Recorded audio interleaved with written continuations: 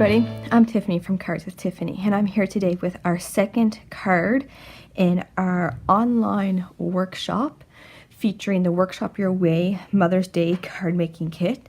And I apologize that I'm coming a day late with this video. I accidentally deleted the video, so here I am retaping it again. So let's waste no time and let's get to our second card. So the first, what we're going to do is we're going to stamp, and we're doing our embossing. So we're going to have our scrap piece of paper folded in half. We're going to need our piece of Whisper White, and I'm going to get everything out and ready. So I'm going to be stamping in both my slate and my blossom. Got my slate ink pad, got my blossom ink pad. Gotta have my Versamark ready to go, and our embossing powder, and I have my heat gun plugged in and off to the side. So I'm going to take my anti-static bag, and I just got this from a local craft store, and I'm just going to wipe it over that. That will just help prevent the embossing powder from sticking where we don't want it to stick. So we're going to do a thank you card today. So I'm just going to peel off the thanks so much, and I'm going to pick that up with my block, and we're going to do that in the blossom. So we're going to stamp in our Versamark first, get that nice and sticky, and then into our blossom. And we want to make sure that we get nice coverage with our inks, so that when we put the embossing powder on, it's a very nice clear image. So I'm going to do this right in the middle. Nice push down, nice and firm. And there we are, perfect. And I'm just going to dump the embossing powder on right away. You could wait until you have everything stamped, but I'm going to do it as I go. So there we are, nice little tap, make sure everything comes off. So next we're going to stamp underneath that, but serious though. And I put that down, and if you don't see here, I'm just setting it on the foam there and taking my block and picking it up, and then that way I know that it is on straight instead of me trying to attempt to put it on straight. So once again, into the Versamark, and this time we're doing it in the slate. And I'm going to do it directly underneath that. Excellent. And I'm going to pour the embossing powder over that. And then I'm going to go and do the heart. So I'm going to go and actually I'm going to lay my big heart where I kind of want it to be. Oops, maybe not. There we go. And I'm also going to take up the little heart and put it beside it. And I'm going to stamp both of them at the same time, because I'm doing them both in the slate, and so just saves an extra step. So Versamark,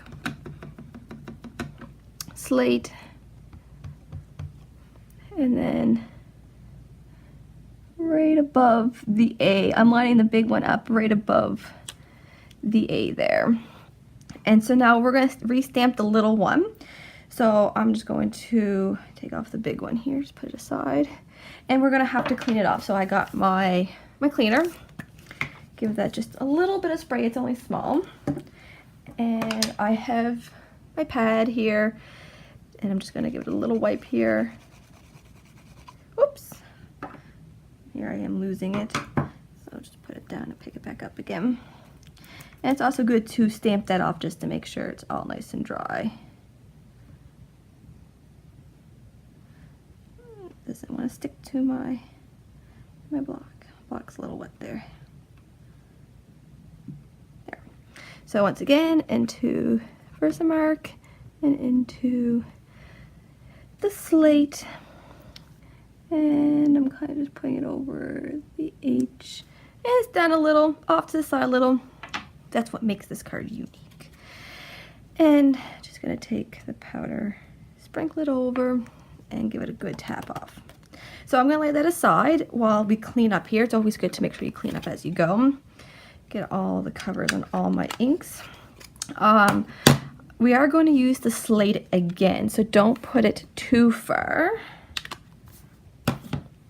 So I am going to close it up just so that nothing drops in it or anything happens. Oops, sorry for bumping you. And take this, and I just shake it into the middle. That's why we creased it, and pour it back into the container, and none is wasted.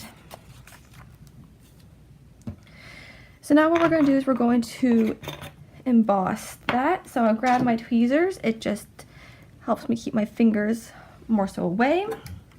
And turn it on. You know, keep our heat gun, let it warm up for a few seconds first before we go and take it to our card. This way it just, we know we're getting that direct heat that we want directly, that we're not going to warp our paper too much. So I'm going to start down, kind of hang them on a bit of an angle there. And I can slowly start to see it melting. You can see it that it's starting to change, even like the color, it comes more shiny. And I'm even going to take it from the back too. This way it helps the warping, not so much. So, there we go. So I either hold the heat gun or I hold the paper on an angle.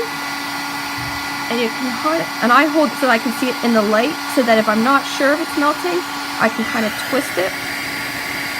And there's probably a good angle there that you can kind of see.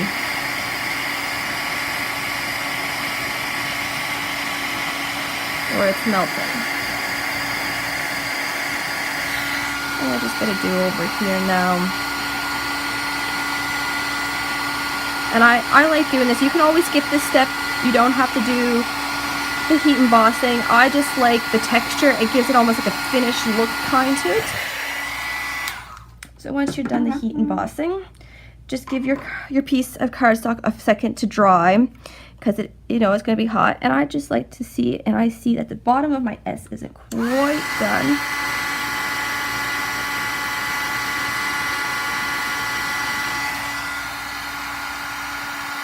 There we go. So there, and while we have it out in front of us and it's drying, I'm going to get out my journaling pen, and I'm just going to do our doodling around it. I just find it gives it a layer without actually giving it a layer. That's what I like to call it. And don't have to be straight, don't have to be perfect. There. Just like that. So I'm going to put that aside. So now we're going to work on building our card. So I got my card base, and for the in raise, remember that's going to fold to the inside.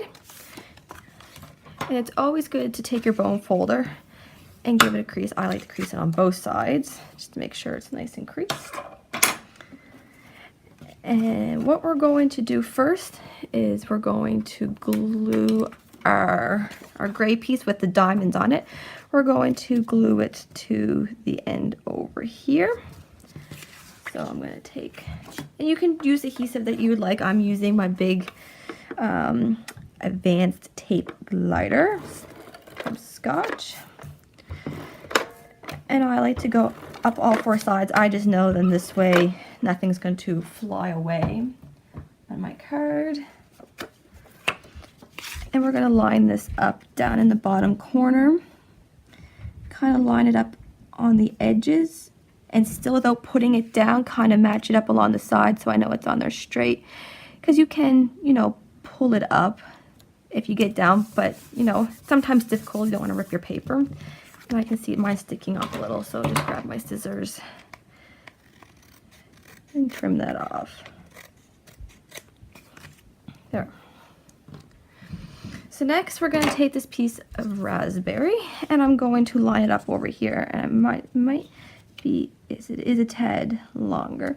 So I'm just going to hold that in place and trim that off because we're going to wrap our twine around it, and so I won't be able to cut it after I have that done. So I'm going to get out my white twine that comes in the workshop kit, and what I'm going to do is flip it over. You could use tape, you could use liquid. I'm just going to take my glue runner here and I'm just going to put some on the ends just so that when I wrap it around it's sticking on something. So I'm just going to stick it in this, and you want it fairly close to one edge more than the other. You don't want it in the middle, you want it more so to the side. So I have it in there and I try to lay it flat. You want to give some tension but not too much. And I'm just going to give that a cut. Because if you give it too much, see how it's bulging there a little? I'm just going to flatten it back out. And in this case, I am going to use my liquid glue just because I want to make sure it does. And I am going to put some over the twine. And you don't need much of this liquid glue, believe me. Get up in the corners. And I want this so that this is the twine side is closer to the gray. So I'm going to do the same thing. I'm going to line it up with that edge. And once I know it's where I want it to be, I can push it down. And with the liquid glue, you do have a little bit more time to kind of move it if need be. And I'm just going to hold down that for a few seconds, just where it's the liquid glue, just to make sure that it's going to stick. Whoops, and then I get my finger in it. I'm actually going to take my block and just set that on there. There. So now what we're going to do is you're seeing this line in here. We're actually going to take the loopy banner and we're actually going to stamp that in there with our slate. So I'm going to bring in a piece of scrap paper and I'm going to bring in my block and open up our slate. And we're not going to emboss this. I just like to do the words. This is more of a decorative, you know, I want the embossing to be the focal point. So I pick that up and just ink that up. And we're going to stamp that right in the middle. So I'm going to start in my middle and work my way out. So I'm going to stamp it 3 times so then I can line it up this way. Oh, a little crooked, but like I said, homemade. Whoever is going to get it is going to love it that you're just saying things anyways. There we go. So now we're done with that. So now we're going to just finish building up the rest of our card. So get rid of that. So now what I'm going to do is bring back in our piece that we embossed. That's going to sit right about there. We actually have this other piece of raspberry that we're going to just tuck in there. Give it a banner. So I'll do that. So we're going to cut up the middle. And then we're going to meet the corner to where we cut it at the top there. And that's the easiest way to create a banner. Then if it's not perfect, like I said, homemade card. So the best way to do this, as I find, is to take the liquid glue. Once again, you can use whatever you'd like. And I have this right about where I want it, and all I'm going to do is slide that in. Just like so.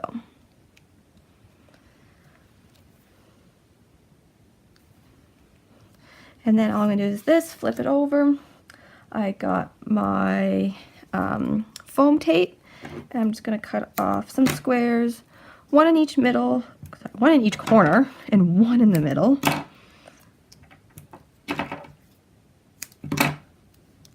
And now if you're looking for this cutting guide, down below in the description is how you can purchase it. You can either email me, send me the money via PayPal, or if it's still available, you can purchase it through my online store and I will send it to you for free. So just check that out in the bottom. So I have that up, bring my card back down, and now I'm just going to stick that to the bottom, to the right. I want a little bit of that edge showing, and there we are. And to top it all off, we're going to take our sugar dots that are in the package as well. And we're going to add the silver, the gray looking ones. And we're going to add 2 of the small ones. And we're going to add them kind of up about where the S is. Maybe. Sometimes it's good to use your scissors. So just about there. And I will use my scissors on the other one.